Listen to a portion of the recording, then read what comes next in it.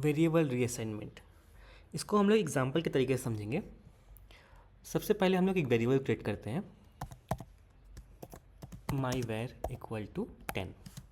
Python क्या करेगा इसके लिए, एक मेमोरी पे लेट्स से 0x1000 लोकेशन पे वो 10 स्टोर करेगा और myvar as a reference point करेगा उस मेमोरी पे। इतना हम लोग प्रीवियस लेक्चर में पढ़ चुके हैं। अब क्या करते हैं, हम लोग एक माई वेरिएबल पे वेरिएबल वैल्यू चेंज करते हैं, myvar इक्वल टू 15। इस केस में क्या होगा, पाइथन अब सेम मेमोरी एड्रेस यूज़ नहीं करेगा, वो अब नया मेमोरी एड्रेस यूज़ करेगा।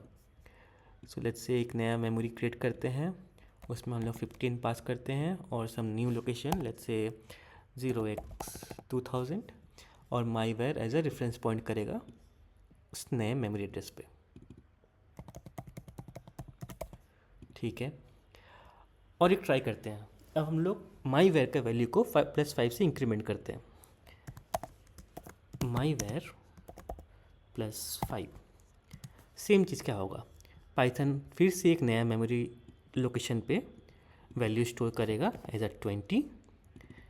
नया लोकेशन का पाथ लेट्स से 3000 और myvar अगेन सेम चीज़ एज अ रेफरेंस पॉइंट करेगा इस न्यू मेमोरी एड्रेस पे। ये होता है वेरिएबल रीअसाइनमेंट। तो जब भी हम लोग कोई वैल्यू चेंज करेंगे, पाइथन हमेशा नए मेमोरी पे वैल्यू स्टोर करेगा। इसको हम लोग कोड के थ्रू समझ लेते हैं एक बार।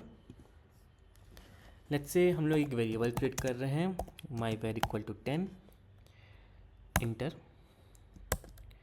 ठीक है, हम लोग उसका वैल्यू चेक कर लेते हैं, memory address. So hex of ID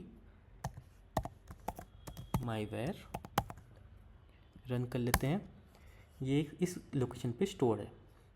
अब हम लोग क्या करते हैं, myvar का वैल्यू चेंज करते हैं, myvar इक्वल टू 15 रन करते हैं और हम लोग फिर से इस लाइन को रन करते हैं। तो यहाँ पे देखो दोनों का मेमोरी एड्रेस डिफरेंट हो गया है। और एक ट्राई कर लेते हैं, myvar इक्वल टू इंक्रीमेंट कर लेते हैं अब +5। अब हम लोग फिर से इसको रन करते हैं तो यहाँ पे फिर से चेंज हो गया। तो ये कॉन्सेप्ट है वेरिएबल रीअसाइनमेंट में। एक और चीज़ दिखाता हूँ, new var equal to var। अब हम लोग myvar, अब हम लोग क्या करते हैं, दोनों का सेम चीज़ निकालते हैं, myvar का भी और न्यू var का भी। यहाँ पे देखेंगे दोनों एक दूसरे को पॉइंट कर रहे हैं। तो ये मैं अगले लेक्चर में बताऊंगा, जहाँ पे म्यूटेबल इम्यूटेबल कॉन्सेप्ट आ जाता है। उस टाइम में मैं इसको अच्छे से एक्सप्लेन करूँगा क्यों दोनों चीज़ सेम मेमोरी लोकेशन पे पॉइंट कर रहा है। Thank you.